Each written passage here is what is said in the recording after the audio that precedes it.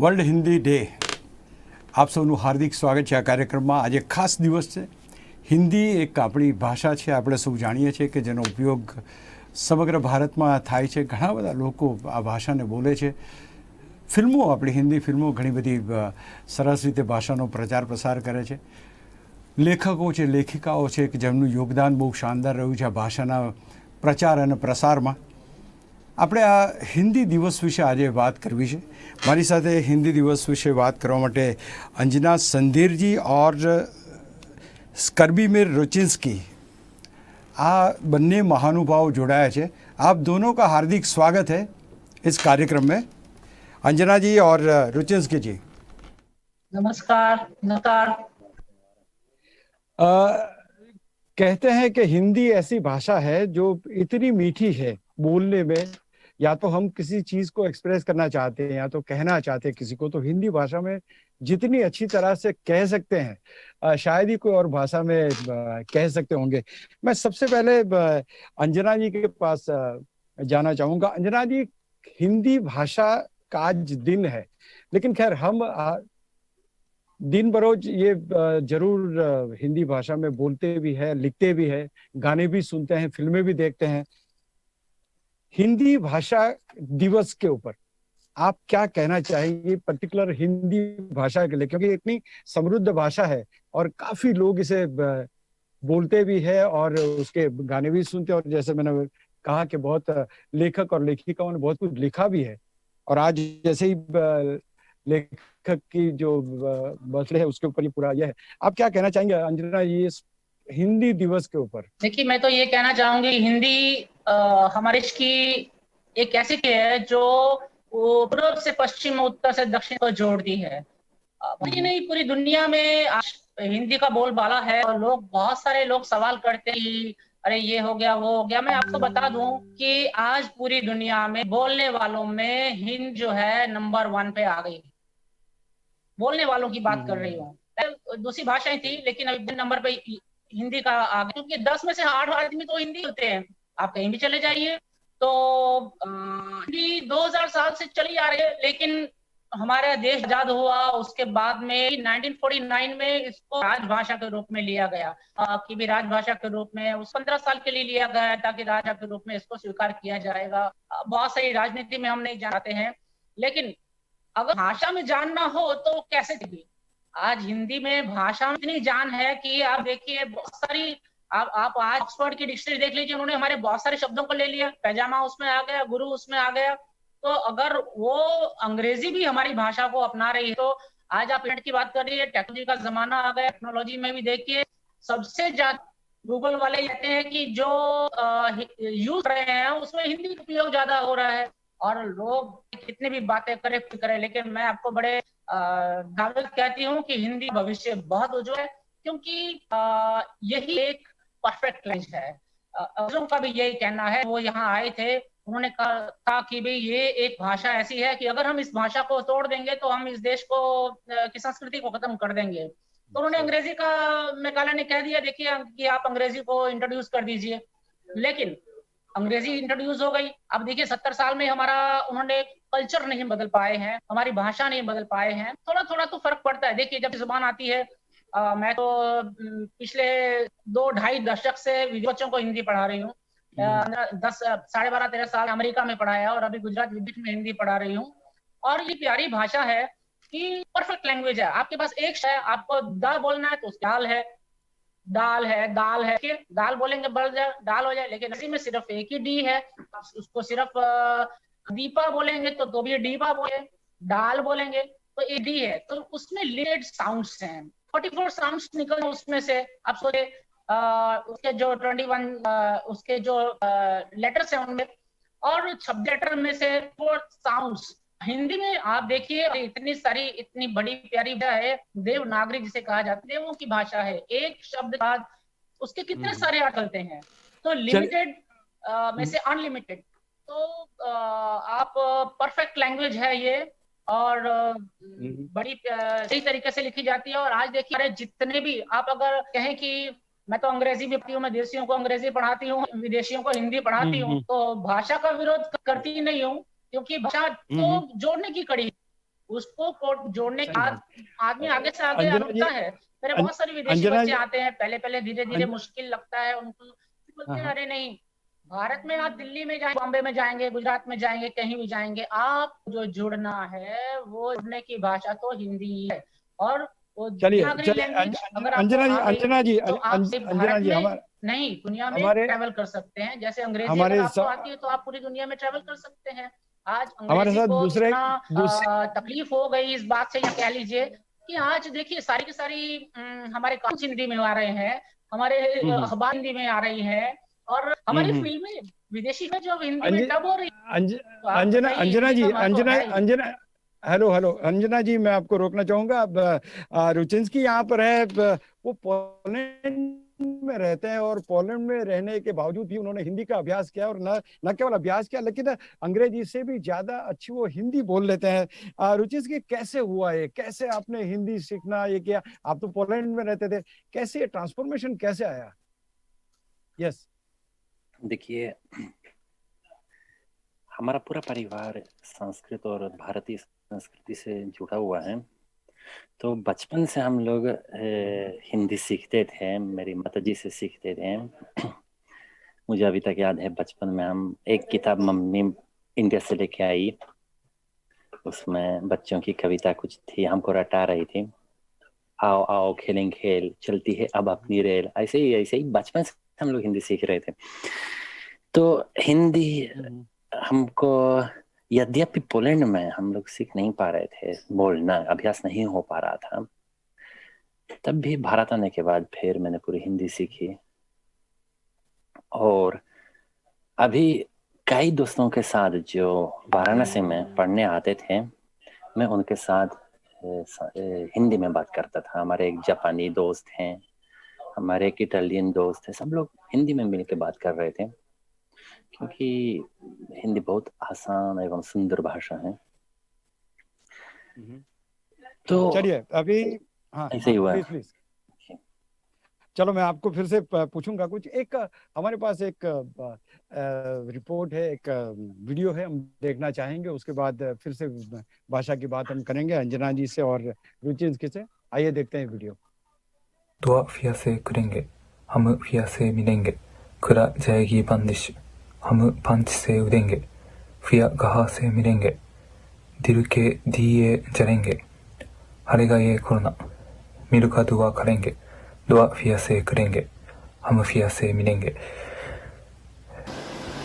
कविता।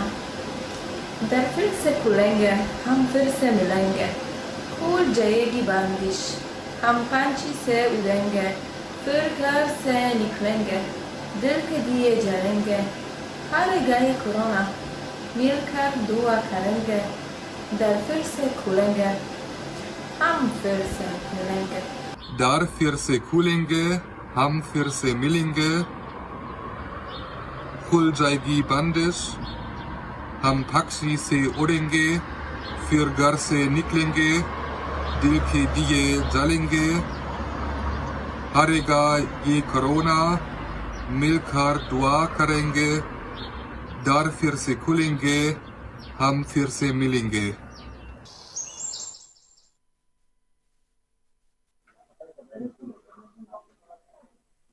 चलिए अंजना जी, आपसे बात करते हैं अब।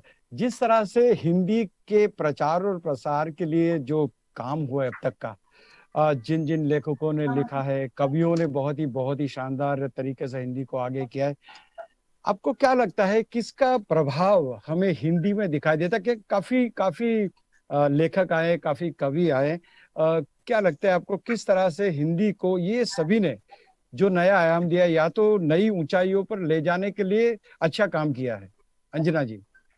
देखिए, हिंदी को देखिए, जब हमारे आजादी की लड़ी गई उस समय हिंदी जो है स्वरोशी की तमन्ना अब दिल में है, देखा जोर कितना बाजुए फिल्म में है, आप वहां से लेके रंग संधि चोला, इतनी सारी हमारी जो क्रांतिकारी आए और आजादी की लड़ाई जो लड़ी उस समय भी हिंदी का बोलबाला था, और उससे धीरे धीरे राइटर्स जितने भी उन्होंने हिंदी का काम करना शुरू किया। इसमें नीरज जी का बहुत बड़ा योगदान है। नीरज जी फिल्म इंडस्ट्री में भी आए, आपने उनकी फिल्में देखी होंगी, और उन्होंने फिल्मों में भी कोई भी कॉम्प्रोमाइज नहीं किया, इसलिए कि वो कहते हैं जो लिखा, आप उनके गाने देखिए, कारवां गुजर गया वो बार देखे, चाहे आप उनके प्रेम पुजारी का गीत देख लीजिए, उनको कितने फिल्म फेयर अवार्ड मिले।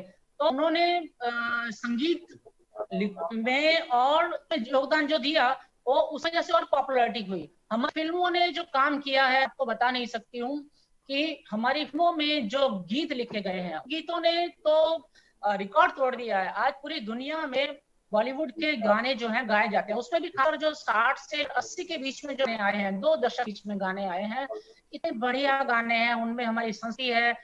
मैं तो कोलंबिया यूनिवर्सिटी में प्रोफेसर थी, पढ़ाती थी, और फिर मैं काम शुरू किया तो विदेशी बच्चों को आप डायरेक्ट शास्त्री बनकर हिंदी नहीं पढ़ाते हैं। योगानंद जी देख रहे हैं, उन्होंने बनारस में पढ़ाई की है, बनारस में बहुत सारे हिंदी के पढ़ने के लिए पूरी दुनिया से बच्चे आते हैं, तो और वो इतनी बढ़िया हिंदी बोलते हैं। मैं ये था, वो भी बनारस में हुआ था, तो मैं उसको मैट, नहीं उसका नाम था, मतलब मैट, बोले अरे अंजना जी हिंदी बोलने में जो मजा आता है ना, मुझे मेरी भाषा बोलने में अभी मजा नहीं आता है, क्योंकि वो 4-5 साल बनारस में रहा, उसके बाद में वो वापस आया वहां, तो लकीली कोलंबिया में टीए था।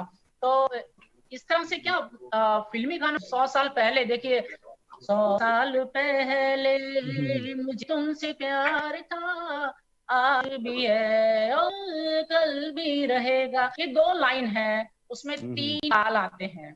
तो किसी विदेशी को आप अपनी तरह से सिखाना चाहें तो ये पद्धति मुश्किल है। ये मैंने पद्धति को ढूंढा, इस पद्धति को डेवलप किया, और उसका विकास इतना हो गया कि आज के बहुत सारे यूनिवर्सिटियों में इसके ऊपर से बन गया। आज पूरी दुनिया में 170 देशों में, आपको बता 170 देशों में ये हिंदी पढ़ाई जाती है, और अच्छे खासे लेवल पे है। कोलंबिया में तो बहुत बड़ा इसका वो था। और मैं आपको बताऊं कि उसके बाद में न्यूयॉर्क लाइफ इंश्योरेंस कंपनी ने, देखिए ये मेरी किताब, इसमें मैं गाने लिए, और ये 25 गाने हैं, और उसे ये सीडी है, ये सीडी HMV वालों ने बनाई, और इससे वो लोगों तक पहुंची, और उसमें 10,000 किताबें और सीडीज लोगों तक पहुंची। और जो हंगामा अमेरिका में हो गया कि हमारे बच्चों को हमारी भाषा आना चाहिए। देख, भाषा जो है वो जीवन की कड़ी है। आपको सब सुविधा मिल जाए, आपको डॉलर्स मिल जाए, वो सब कुछ मिल जाए, लेकिन उसके बाद अगर आप अपनी माँ से सीधी डायरेक्ट बात नहीं कर सकते तो उसका क्या फायदा है। सही बात है, सही बात अपनी है। भाषा बोल रही है, तो अपनी भाषा बोल रही है। और अभी इसीलिए एक मिनट में आपको और बताना चाहूँ कि अभी ये जरूर। मेरे पास अभी जो गुजरात विद्यापीठ में विद्यार्थी आते हैं, ऑल वर्ल्ड से आते हैं, और देखिए उन्होंने उनको अभी ये नई किताब आई है, हिंदी की किताब आई है नई, इसमें 100 गाने ट्रांसलेट किए गए हैं। और गाने हमारी जो संस्कृति है, जैसे सभी जगह पर लोरी जाती है, हिंदुस्तानी माँ भी गाती है, विदेशी माँ भी लोरी गाती है बच्चे को सुलाने के लिए। मेरे घर आई एक नन्ही बड़ी, लेकिन अंजना जी जब तक बच्चों को नहीं आ, विदेशों में तो गानों का इतना क्रेज है कि आपको क्या बताएं। एक हमारा रेडियो शो चलता था, अंजना जी कुछ बात करिए, मैं तो बता सकती हूँ क्योंकि मैंने तो साल हो गए मुझे पढ़ाते हुए, तो मेरे पास बहुत सारी बातें करने को है। हेलो अंजना जी, वेट करिए। रुचिस्की जी आपसे पूछना, हाँ रुचिस्की जी आपको पूछना चाहेंगे, हिंदी गानों की हम बात कर रहे हैं, क्या आपको कभी हिंदी गाने इंस्पायर करते हैं? आप हिंदी गाने सुनते हैं या तो उसको बहुत अच्छी तरह से समझते हैं? क्या हिंदी के प्रति, या प्लीज। हिंदी भाषा गानों के लिए बहुत उपयोगी भाषा है। मैं कह सकता हूँ हमारी जो मातृभाषा से तो बहुत तुलना में, तो पोलिश भाषा से तो हिंदी बहुत अच्छी है गानों के लिए। पर गाना मुझे भजन ज्यादा पसंद है। वास्तव में मैं गाना, हिंदी भजन बहुत सुनता हूँ, लेकिन गानों को बहुत कम। ज्यादा फिल्मी गाने में मेरी रुचि तो नहीं है। हाँ, देशी गाने कुछ, जो उत्तर प्रदेश के कुछ गाने, लोक संगीत, वो भी बहुत पसंद है। पर गाने के लिए तो बहुत अच्छी भाषा है हिंदी, और गाना रचना करना भी आसान है। एक आपसे बात, हाँ जी, प्लीज हिंदी के ऊपर देखिए। हाँ बोलिए। आपको मैं एक साथ में पूछ ही लेता हूँ कि जिस तरह से हिंदी आपने सीखी और जिस तरह से हिंदी आप बोल रहे हैं, क्या आपको लगता है कि अंग्रेजी भाषा के पीछे जो लोग भागते हैं वो कहीं न कहीं अपनी जो मूल भाषा है उसको अपने से अलग कर रहे हैं, ऐसा लग रहा है? Is it? देखिए, बिल्कुल सबसे बड़ी समस्या है कि लोग अंग्रेजी तो सीखें, कोई दिक्कत नहीं है, लेकिन लोगों को लगता है कि बिना मातृभाषा का उनका कोई वैल्यू है। वास्तव में ऐसी जो आजकल कुछ मध्यम वर्ग के बीच के अंदर ऐसी, या थोड़ा हाई वर्ग के अंदर ऐसी प्रचलन है कि हम लोग आधा वाक्य इंग्लिश में, आधा हिंदी में, एक दो वाक्य इंग्लिश में, दो चार वाक्य इंग्लिश में, एक दो हिंदी में, या हिंदी में बहुत ज्यादा अंग्रेजी शब्दों का इस्तेमाल करना, तो उससे कोई भाषा आती नहीं। ऐसे इंसान को कोई भाषा, मैं बोलता हूँ उसको कोई भाषा नहीं आती, ना हिंदी ना इंग्लिश आती। दूसरा, हिंदी जो अपनी मातृभाषा है, वो भाषा, हर कोई भाषा संस्कृति से जुड़ी है। यदि किसी को 100% अंग्रेज बनना है तो उसको मानना पड़ेगा कि वो हमेशा लो ग्रेड का अंग्रेज बनेगा, कभी हाई ग्रेड का अंग्रेज तो नहीं बनेगा। चाहे जितना भी भाषा अंग्रेज के दृष्टि में, तो वो अंग्रेज, वो तो इंडियन ही होगा जो हमारी चपलूसी करता है।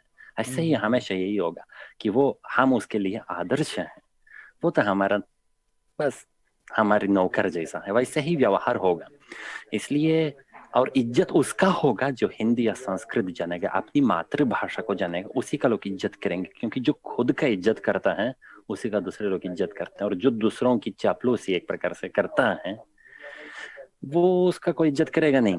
इसलिए हिंदी भारतीय लोगों के लिए अनिवार्य जानना चाहिए। वैसे मैं तो बोलता हूँ कि भारतीय आदमी को कम से कम 2-3 भारतीय भाषा आना अनिवार्य है, और उसमें हिंदी है। इंग्लिश तो जानना तो वो तो नॉर्मल चीज है, इतनी आसान भाषा इंग्लिश, काम चलाओ के लिए बता नहीं रहा हूँ, शेक्सपियर की भाषा की बात नहीं कर रहा हूँ, पर वो तो नॉर्मल चीज है, हर कोई सीख सकता है, उसमें कोई बड़ी बात नहीं है, वो कोई खास चीज नहीं है, और उसके पीछे भागने की कोई जरूरत नहीं है। 1-2 साल में हर लड़का हर लड़की इंग्लिश सीख सकता है, इतना कि आराम से बात कर सके। चलिए इसलिए अपनी भाषा को अच्छे से बोलना सीखना चाहिए। ओके, अंजना जी, आपसे बात करते हैं। जिस तरह से अभी ये जो हम मोबाइल यूज करते हैं या तो कंप्यूटर यूज करते हैं, उसमें कई सारे गैजेट्स आ गए हैं। आपकी भाषा आप बहुत ही अच्छी तरह से सीख सकते हैं, या तो किसी और की भाषा आप बोल सकते हो। क्या आपको लगता है कि इस तरह से जो एप्स अभी आ रहे हैं और अभी एग्जिस्टिंग है, उससे हिंदी का भी प्रचार प्रसार ज्यादा होगा? क्योंकि उसमें हिंदी भी एक लैंग्वेज है कि जो हर कोई सीखना चाहता है। आपको ऐसा लगता है कि जो टेक्नोलॉजी हो अपनी हिंदी को आगे ले जाने में काफी मददरूप साबित होगी, अंजना जी? टेक्नोलॉजी तो अपना काम करती है। देखिए, मैं उसका किसी चीज का विरोध नहीं करती। अभी योगानंद जी ने बहुत अच्छा कहा कि हमें हमारी भाषा पर ध्यान देना चाहिए। जब अंग्रेज हिंदुस्तान में आए, आपको ये जानकर आपको पता ही होगा, उन्होंने बंगाल में अंग्रेजी पहले ग्रेड से शुरू कर दी थी। मुझे किसी ने ऐसे बात करते हुए कहा कि अरे उन्होंने अंग्रेजी बोलना छोड़ दिया। लेकिन आपको बताएं कि बंगाल में दूसरी इंग्लिश वहाँ फर्स्ट ग्रेड से शुरू हो गई, लेकिन बंगालियों की का प्रेम आप देखिए, बंगाली कहीं आता है, वो रविंद्रनाथ के गीत बराबर गाता है, अपनी भाषा को बराबर रखता है। तो भाषा जो है ना, वो जोड़ने का काम करती है। इसी तरह से ये जो आपने सवाल किया है, अभी आप गूगल से सीखते हैं, इतने सारे वो गए हैं, तो उसमें जगह पर मुझे कभी कभी लगता है, कहना तो नहीं चाहिए लेकिन फिर भी कह रही कि हमारे बहुत सारे शब्दों का अर्थ का अनर्थ हो जाता है। उस तरह से वो सही तरीके से नहीं उसका प्रयोग कर पाते हैं। लेकिन फिर भी टेक्नोलॉजी से और हिंदी का विकास तो होगा ही, क्योंकि काम तो आज हिंदी बाजार की भाव हो गई है। मैंने बहुत पहले विचार किया था कि आप सोचिए कि आप हिंदी के बगैर कुछ बाजार में बेच नहीं सकते हैं, एक सिचुएशन हो गई है।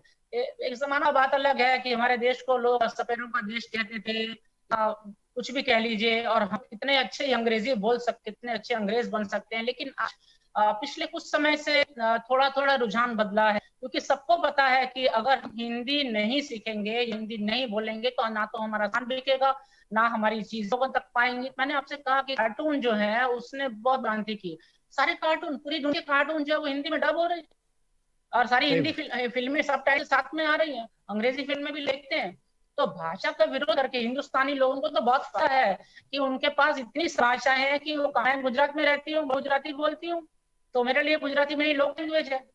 तो मैं जन्म से पंजाबी हूँ। हमारे यहाँ का हर भाषी जो है कम से कम 3 भाषा जानता है। विदेशों में तो लिखी है ना, उनका देश है तो उनकी एक ही भाषा है। अभी योगानंद जी है, वो पोलैंड है, तो उनकी एक ही भाषा है, वो अपनी मातृभाषा पोलिश को बोलेंगे, लेकिन उसके साथ में अंग्रेजी सीखेंगे। अब उसके बाद में उनके पास 2 होगा। लेकिन हिंदुस्तान में तो हम में रहते हैं गुजराती, और उसके बाद पंजाबी है, मराठी, कितनी सारी भाषा है। तो ये अलग अलग फेजेस में टेक्नोलॉजी भी अपना कर रही है और भाषाओं का विकास तो कर ही रही है, थोड़ा थोड़ा फर्क तो पड़ेगा।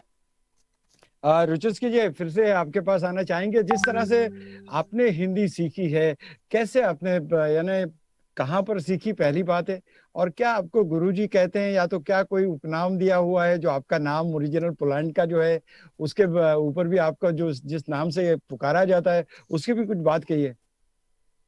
देखिए, मैंने सबसे पहले 2 महीना या 3 महीना श्री राजभन सिंह जी से सीखा, वाराणसी में। बहुत अच्छा सिखाते थे, अभी भी सिखाते हैं, विदेशियों को खासकर सिखाते थे। तो उनसे पहले सीखा, फिर इसके बाद हर जगह सीखा, सड़कों पर, दुकानों पर, हर जगह मैंने हिंदी सीखी। ऐसा बाद में यूनिवर्सिटी में तो हिंदी विषय तो रहा ही था हमारे संपूर्ण विश्वविद्यालय में, तो विषय तो था, पर बोलना मैंने सड़क पर, बोल सकते हैं सड़क पर सीखी हिंदी।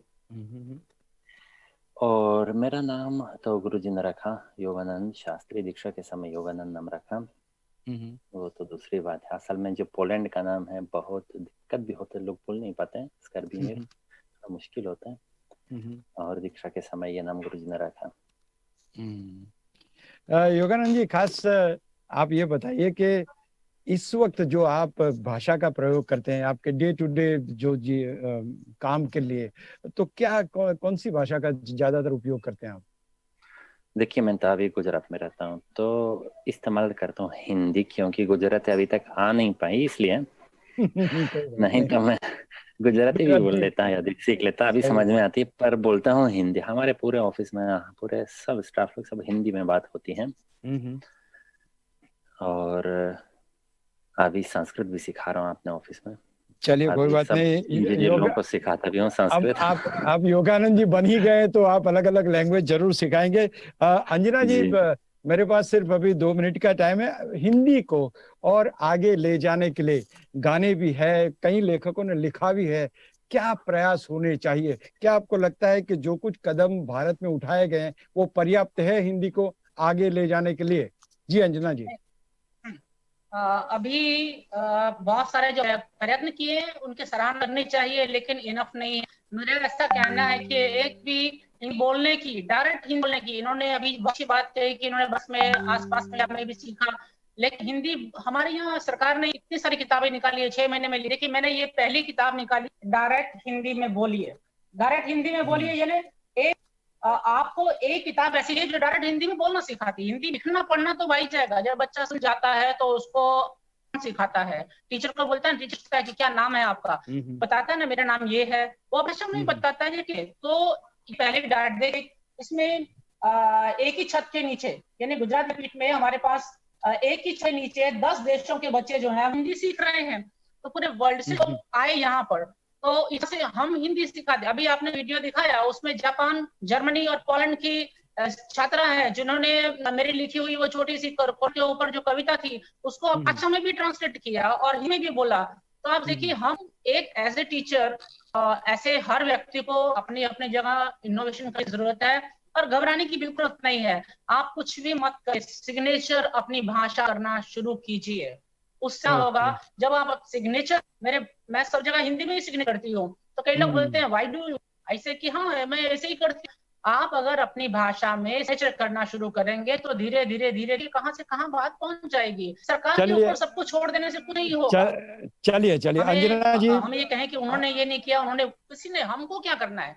एज ए इंडिविजुअल और एज ए सिटीजन मेरी क्या ड्यूटी है? तो हर बच्चे को अपनी मातृभाषा आनी चाहिए। हम गुजरात में हमारे हर बच्चे को मातृभाषा आनी चाहिए। मातृभाषा यानी ये हिंदी जो है वो डेफिनेटली आनी चाहिए। दुनिया के साथ चाहे तो अंग्रेजी भी आनी है। ये 3 भाषा का अंजना जी, थैंक यू सो मच। और योगानंद जी, रुचिस्की जी, आपका भी बहुत बहुत धन्यवाद, आपने इस कार्यक्रम में आप आए। दोनों का बहुत ही बहुत धन्यवाद। Thank you so much for joining.